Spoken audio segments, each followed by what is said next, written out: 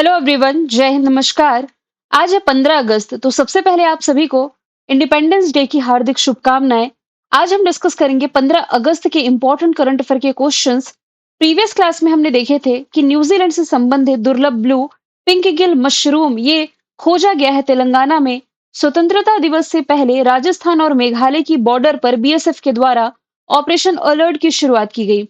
जुलाई महीने के लिए आईसीसी ने प्लेयर ऑफ द मंथ चुना है मेल कैटेगरी में शुभमन गिल को, फीमेल कैटेगरी में सोफिया डंकले को। 15वें नंबर की हॉकी इंडिया जूनियर महिला राष्ट्रीय चैंपियनशिप का खिताब झारखंड ने जीता। विश्व अंगदान दिवस मनाया गया 13 अगस्त को। बॉक्सिंग चैंपियनशिप 2025 आयोजित की गई बैंकॉक थाईलैंड में। और अभी हाल ही में जो बीएसएनएल है, इसने 5G और एआई में उन्नत ट्रेनिंग के लिए वैश्विक तकनीकी दिग्गजों के साथ एमओयू पर हस्ताक्षर किए हैं। अगस्त 2025 में ही भारत का पहला पशु स्टेम सेल बायो बैंक का उद्घाटन हैदराबाद में किया गया। ड्रोन प्रतियोगिता जिसका नाम सूर्य द्रोणनाथन है, आयोजित किया गया हिमाचल प्रदेश में। और रिसेंटली राजस्थान ने भारत का पहला ड्रोन आधारित कृत्रिम वर्षा परीक्षण की शुरुआत करी। तो ये सभी क्वेश्चंस हमने प्रीवियस क्लास में देखे थे। शुरू करते हैं आज का हमारा पहला सवाल। सवाल है, रिसेंटली बिहार में आयोजित एशिया रग्बी अंडर 27 महिला चैंपियनशिप का खिताब है जो कि किसने जीता है? तो ये रिसेंटली जीत लिया है चाइना ने। ऑप्शन बी राइट आंसर है। तो ये राजगीर बिहार में आयोजित ये खेल प्रतियोगिता थी। चाइना की महिला टीम ने हांगकांग को हरा करके ये खिताब अपने नाम किया। पुरुषों की कैटेगरी में यदि हम बात करें तो हांगकांग विजेता है श्रीलंका को हरा करके। और सेमीफाइनल में चीनी महिला टीम ने भारत को हराया है। देखिए, सेमीफाइनल में भारत को हरा करके ये फाइनल में पहुंची, है ना? और फाइनल में पहुंच करके हांगकांग को हरा दी। ये महिलाओं की कैटेगरी में हांगकांग हारी है, लेकिन पुरुषों की कैटेगरी में हांगकांग विजेता है श्रीलंका को हरा करके। तो इसमें आप कंफ्यूज नहीं होइएगा। यहाँ पर देखिए, स्पोर्ट्स करंट अफेयर इंटरनेशनल मैंने ऐड किया है। जिन भी स्टूडेंट ने कल के करंट अफेयर की क्लास देखी होगी, मैंने सारे ही जो करंट अफेयर के क्वेश्चंस थे स्पोर्ट्स के वो नेशनल ऐड किए थे। आज मैंने सारे इंटरनेशनल ऐड किए हैं। जैसे कि कल ही हमने देखा था कि बॉक्सिंग चैंपियनशिप 25 आयोजित किया गया है बैंकॉक थाईलैंड में। अभी हाल ही में चाइना जो है ये विश्व खेलों के 12वें संस्करण का आयोजन कर रहा है 7 से 17 अगस्त तक। वर्ल्ड चैंपियन ऑफ लेजेंड्स का खिताब साउथ अफ्रीका ने जीता है पाकिस्तान को हरा करके। वुमेन टेनिस एसोसिएशन एकल मैच जीतने वाली दूसरी सबसे उम्रदराज महिला खिलाड़ी है Venus Williams. Poligras magic skill award जीतने वाली पहली भारतीय खिलाड़ी दीपिका कुमारी। कोनका कैफ गोल्ड कप जो कि फुटबॉल का टूर्नामेंट है, मैक्सिको ने जीता है। विंबलडन ओपन में मेन सिंगल का टाइटल जेनिक सिनर ने, वुमेन सिंगल का टाइटल ईगा स्विटेक ने। ये क्वेश्चन यानी कि ये लाइन 2 बार रिपीट हो गई है, तो इसे मैं हटा दूंगी। फिर फीफा रैंकिंग जो रिसेंटली जारी की गई थी, टॉप पर अर्जेंटीना, इंडिया की रैंकिंग 133 है। फाइड महिला शतरंज वर्ल्ड कप जीतने वाली पहली भारतीय महिला दिव्या देशमुख है। टेस्ट क्रिकेट में सर्वाधिक रन बनाने वाले दूसरे बल्लेबाज जो रूट हैं दूसरे, पहले हैं कौन? सचिन तेंदुलकर। टेस्ट क्रिकेट में 4 शतक लगाने वाले पहले बल्लेबाज शुभमन गिल हैं। ये इंटरनेशनल करंट अफेयर ही हुआ ना, भले ही इसमें भारतीयों का नाम आ रहा है। और विंबलडन ओपन हमने डिस्कशन कर ही लिया है। सवाल नंबर दूसरा है, किस राज्य ने आधिकारिक संचार में हरिजन शब्द के प्रयोग पर प्रतिबंध लगाया है? यानी कि ऐसा कौन सा राज्य है जहां पर हरिजन शब्द का इस्तेमाल नहीं किया जा सकेगा? तो ये राज्य है ओडिशा। ऑफिशियली ये बंद हो गया है। ये फैसला ओडिशा सरकार ने अनुसूचित जातियों के सम्मान में और संवैधानिक मूल्यों की रक्षा करने के लिए लिया है। तो अब से जो जितने भी ऑफिशियल डॉक्यूमेंट है संचार में या फिर प्रमाण पत्रों में जो सर्टिफिकेट वगैरह होते हैं, इसमें हरिजन शब्द के स्थान पर अनुसूचित जाति शब्द का प्रयोग किया जाएगा। कहाँ की बात की जा रही है? ओडिशा की, जिसकी राजधानी भुवनेश्वर। मुख्यमंत्री मोहन चरण मांझी, राज्यपाल हरिबाबू कंबलपति है। नेशनल पार्क में है भीतरकनिका सिमलीपाल। झील में है चिल्का झील। शक्तिश्री नामक पहल की शुरुआत इसी राज्य ने की है। एक और यात्रा मोबाइल ऐप, ये अभी जगन्नाथ रथ यात्रा के समय लॉन्च किया गया था। इसके अलावा टाटा स्टील ने ओडिशा में भारत की सबसे बड़ी ब्लास्ट फर्नेस की शुरुआत की। मनकड़िया समुदाय को विशेष आदिवासी समूह का दर्जा दिया गया। भारत की पहली सिलिकॉन कार्बाइड सुविधा का उद्घाटन यहाँ किया गया। 24/7 चलने वाला अनाज एटीएम यहाँ खोला गया। महिलाओं के लिए जो कामकाजी महिलाएं हैं, इनके लिए पीरियड लीव देने वाला ये तीसरा राज्य है।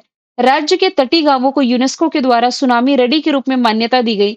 जनवरी के महीने में 18वां प्रवासी भारतीय दिवस सम्मेलन का आयोजन ओडिशा भुवनेश्वर में किया गया। राजकोषीय सूचकांक में ये टॉप पर है। सवाल नंबर तीसरा है, अंतरराष्ट्रीय सीमा पर ड्रोन रोधी प्रणाली तैनात करने वाला जो भारत का पहला राज्य बना है, ये बन गया है पंजाब। ऑप्शन नंबर सी इसका राइट आंसर है। यानी कि राज्य की जो बॉर्डर है ना, इस बॉर्डर पर तस्करी से निपटने के लिए ड्रोन प्रणाली की शुरुआत पंजाब किया और ऐसा करने वाला ये पहला राज्य है जिसने अपने सीमावर्ती यानी कि बॉर्डर इलाकों में ऐसी प्रणाली की तैनाती कर दी है। यदि बात की जाए पंजाब की, तो राजधानी इसकी चंडीगढ़, मुख्यमंत्री भगवंत मान, राज्यपाल गुलाब चंद कटारिया है। हेरिटेज खेलों पर से बैन लगाने की घोषणा पंजाब ने की है। भारत का पहला लकड़ी का गुरुद्वारा यहां बना। हॉकी, पंजाब ने हॉकी मध्य प्रदेश को फाइनल में हरा करके 15वीं हॉकी इंडिया सीनियर पुरुष राष्ट्रीय चैंपियनशिप जीती है। चर्चे में रहा झज्जर बिचौली वन्यजीव अभयारण्य। पंजाब ने निशुल्क इलाज के लिए मुख्यमंत्री सेहत योजना की शुरुआत की और भारत का पहला बेअदबी विरोधी विधेयक 2025 इसने जुलाई 2025 में ही पेश किया है। अब देखिए यहाँ पर भारत के पहले राज्य की बात की जा रही है। तो सरकारी कर्मचारियों के लिए सबैटिकल लीव योजना शुरू करने वाला पहला राज्य सिक्किम है। भारत की पहली एआई पावर्ड आंगनबाड़ी की शुरुआत महाराष्ट्र में की गई और भारत की पहली माइनिंग टूरिज्म प्रोजेक्ट या परियोजना की शुरुआत झारखंड ने की है। पहला हॉर्नबिल संरक्षण केंद्र बनेगा तमिलनाडु में। क्रूज भारत मिशन में शामिल होने वाला पहला राज्य गुजरात है। जहाजों के लिए समर्पित नीति पेश करने वाला, गाय को राजमाता की उपाधि देने वाला और भारत की पहली एआई यूनिवर्सिटी, ये सभी महाराष्ट्र में आपको याद रखनी है। पहला लकड़ी का गुरुद्वारा और विधानसभा में सांकेतिक भाषा लागू करने वाला पहला राज्य पंजाब है। खुद का ओटीटी प्लेटफॉर्म और भारत का पहला तितली अभयारण्य और इसके अलावा पहला पूर्ण डिजिटल साक्षर राज्य, साथ ही वरिष्ठ नागरिक आयोग स्थापित करने वाला पहला राज्य, सभी का आंसर केरला है। भारत का पहला एआई आधारित सड़क सुरक्षा पायलट प्रोजेक्ट और विधानसभा में अनुवाद प्रणाली लागू करने वाला पहला राज्य उत्तर प्रदेश है।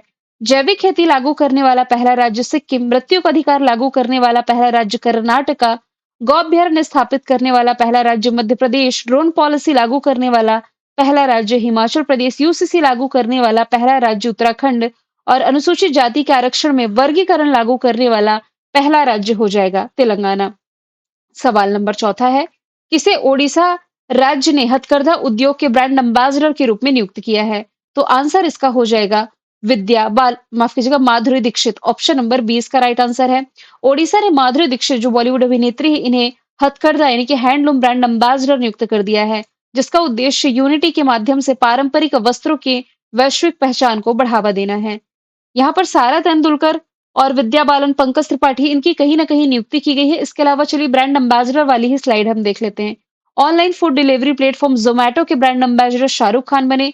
ऑस्ट्रेलियाई टूरिज्म की सारा Tendulkar, e sports world cup के क्रिस्टियानो रोनाल्डो, मालदीव टूरिज्म की कैटरीना कैफ, कोरिया टूरिज्म की हिना खान, कर्नाटक वन विभाग के अनिल कुंबले, यूरेका फोर्ब्स की श्रद्धा कपूर, फेडरल बैंक की विद्या बालन, स्केचर्स के जसप्रीत बुमराह, एमआरएफ के शुभमन गिल, फिक्की फ्रेम्स के आयुष्मान खुराना, खो खो वर्ल्ड कप के टाइगर श्रॉफ सलमान खान, भारत में मोटो जीपी के शिखर धवन, मुट्ठुत पचापन ग्रुप के शाहरुख खान, गो आईबीबीओ के ऋषभ पंत, टाटा मोटर्स के विकी कौशल, शनेल के अनन्या पांडे, ड्रीम टेक्नोलॉजी की कृति सनन, कर्नाटक सोप की तमन्ना भाटिया। सवाल पांचवा है, विश्व खेलों में वुशु में भारत के लिए पदक जीतने वाला जो पहले भारतीय बन गए हैं, इनका नाम हो जाएगा नम्रता बत्रा। ऑप्शन नंबर ए इसका राइट आंसर है। मैंने आपको बताया भी था कि जो विश्व खेलों का आयोजन किया जा रहा है, ये चाइना में हो रहा है। चाइना के चेंगदू में ये अभी चल ही रहा है। तो महिलाओं के 52 किलोग्राम की कैटेगरी में फाइनल में जो नम्रता बत्रा है, इन्होंने जीता है सिल्वर मेडल। मतलब आप ये कह सकते हैं कि वुशु में, इस खेल में मेडल ही जीतने वाले, मेडल में गोल्ड सिल्वर ब्रॉन्ज की बात नहीं की जा रही, मेडल ही जीतने वाली पहले भारतीय जो बने हैं, ये नम्रता बत्रा बन गई हैं। अब देखिए यहाँ पर पहले भारतीय की बात की जा रही है। आपको याद होगा बीते कुछ समय पहले मैंने आप लोगों को भारत में पहली महिला और ऐसी महिला जो पूरी दुनिया में पहली रही, तो भारत में पहली महिला या दुनिया में पहली महिला जो करंट अफेयर में हमने पढ़ी थी, वो स्लाइड मैंने आपको पढ़ाई थी। यहाँ से आज हम डिस्कस करेंगे केवल भारतीय के बारे में। केवल भारतीय महिला या भारतीय पुरुष, ये किसी मामले में चर्चे में थे, इसका डिस्कशन कर लेते हैं। जैसे कि हमने देखा कि एशियन सर्फिंग चैंपियनशिप में पदक जीतने वाले पहले भारतीय है रमेश बुधियाल। फाइड महिला शतरंज वर्ल्ड कप जीतने वाली पहली भारतीय है Divya Deshmukh. Poligras magic skill award जीतने वाली पहली भारतीय Deepika Kumari. Time 100 creator list में शामिल पहली भारतीय प्राजक्ता कोहली। यहाँ मेल फीमेल दोनों मैंने मेंशन किया है, सिर्फ पहले भारतीय जहां शब्द मेंशन है। बेस्ट मैजिक क्रिएटर अवार्ड जीतने वाली पहली भारतीय Suhani Shah. Hollywood walk of fame class of 26 में स्टार से सम्मानित पहली भारतीय अभिनेत्री दीपिका पादुकोण है। क्रिकेट के तीनों फॉर्मेट में सेंचुरी लगाने वाली पहली भारतीय महिला क्रिकेटर है Smriti Mandhana. US open BWF world tour का खिताब जीतने वाले पहले भारतीय आयुष शेट्टी है। अंतरराष्ट्रीय अंतरिक्ष स्टेशन पर पहुंचने वाले पहले भारतीय शुभांशु शुक्ला है। भारत की सबसे कम उम्र की फाइड रेटेड फीमेल शतरंज खिलाड़ी है आरनी लोहाटी। पुरुषों की 100 मीटर की दौड़ 10.2 सेकंड से भी कम समय में पूरी करने वाले पहले भारतीय अनिमेश कुजूर हैं।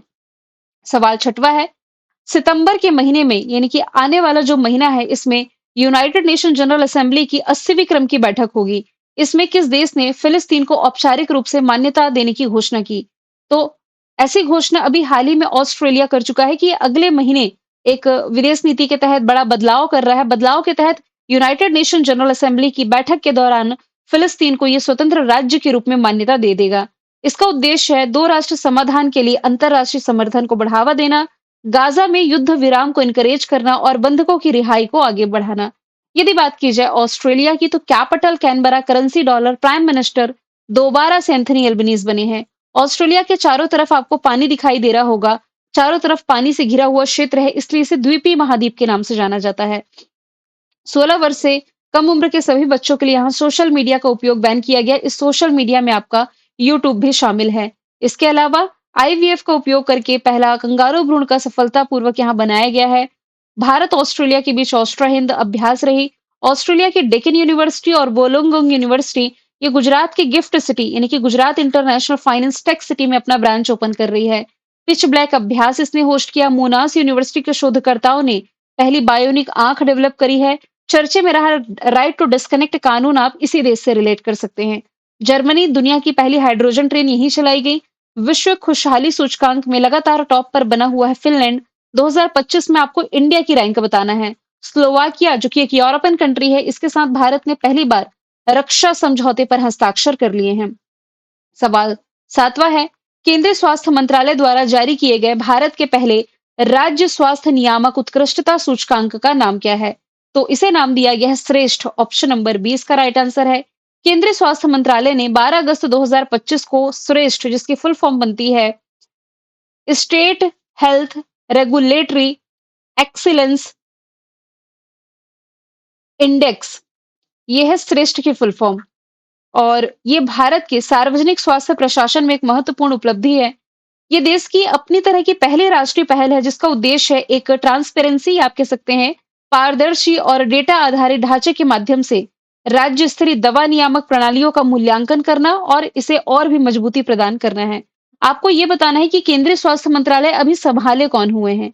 सवाल नंबर 8वां है, जैव विविधता संरक्षण और सतत कृषि के लिए महिला स्वयं सहायता समूह यूएनडीपी इक्वेटर पुरस्कार 2025 किसने जीता है?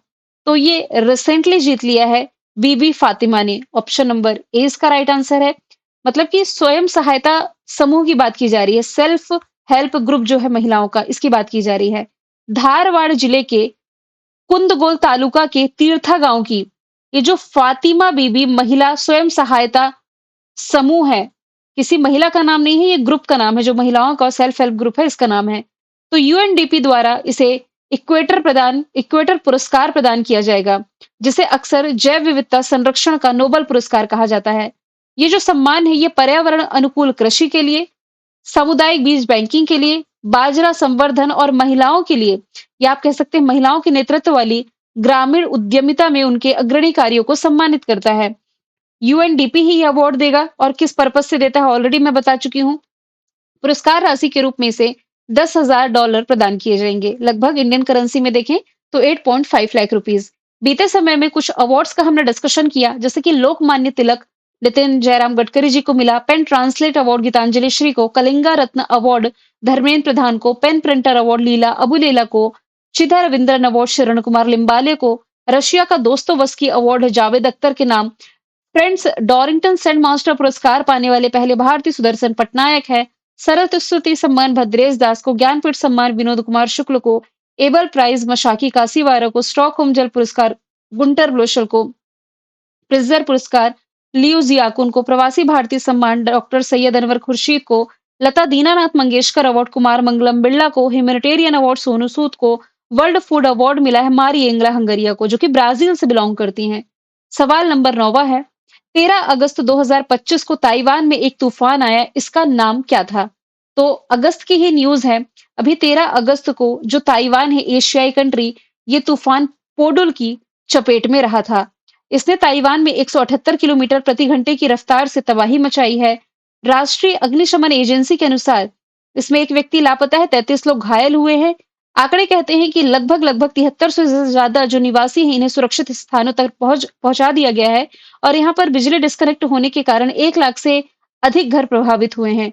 पूछा जाए कि तूफान पोडुल का नामकरण किसने किया है, तो ये नॉर्थ कोरिया के द्वारा किया गया।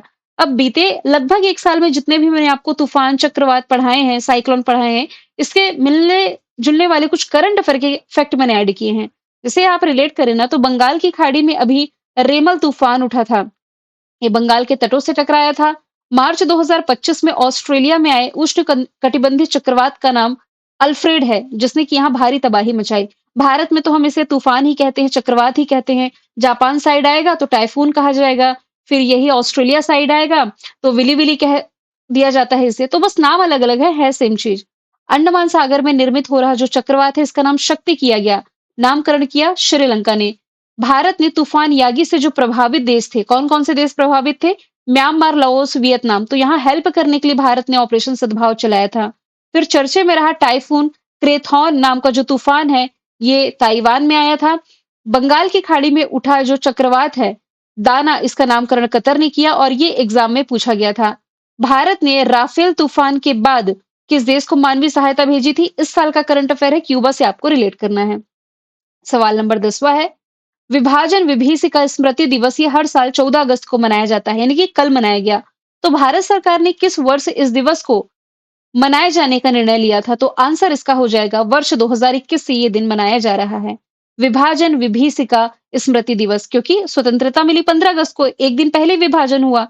तो ये 1947 में भारत के विभाजन के दौरान लोगों के पीड़ितों और उनके कष्टों को याद करता है। ये दिन उन लोगों को श्रद्धांजलि भी देता है जिन्होंने विभाजन के दौरान अपने प्राणों की आहुति दी और अपार कष्ट भी सहन किया। तो भारत सरकार ने 2021 में इस दिन को मनाए जाने का निर्णय लिया था। मैंने कल आपसे पूछा था 25वें क्रम का एससीओ समिट कौन सी कंट्री होस्ट करेगी, जिसका आंसर था चाइना। अब आज का सवाल है, साइबर अपराध से निपटने के लिए महाराष्ट्र ने कौन सी प्रणाली की शुरुआत करी है? तो आंसर इसका जो भी आप कमेंट बॉक्स में बताइए। मिलेंगे नेक्स्ट वीडियो में। Thank you so much.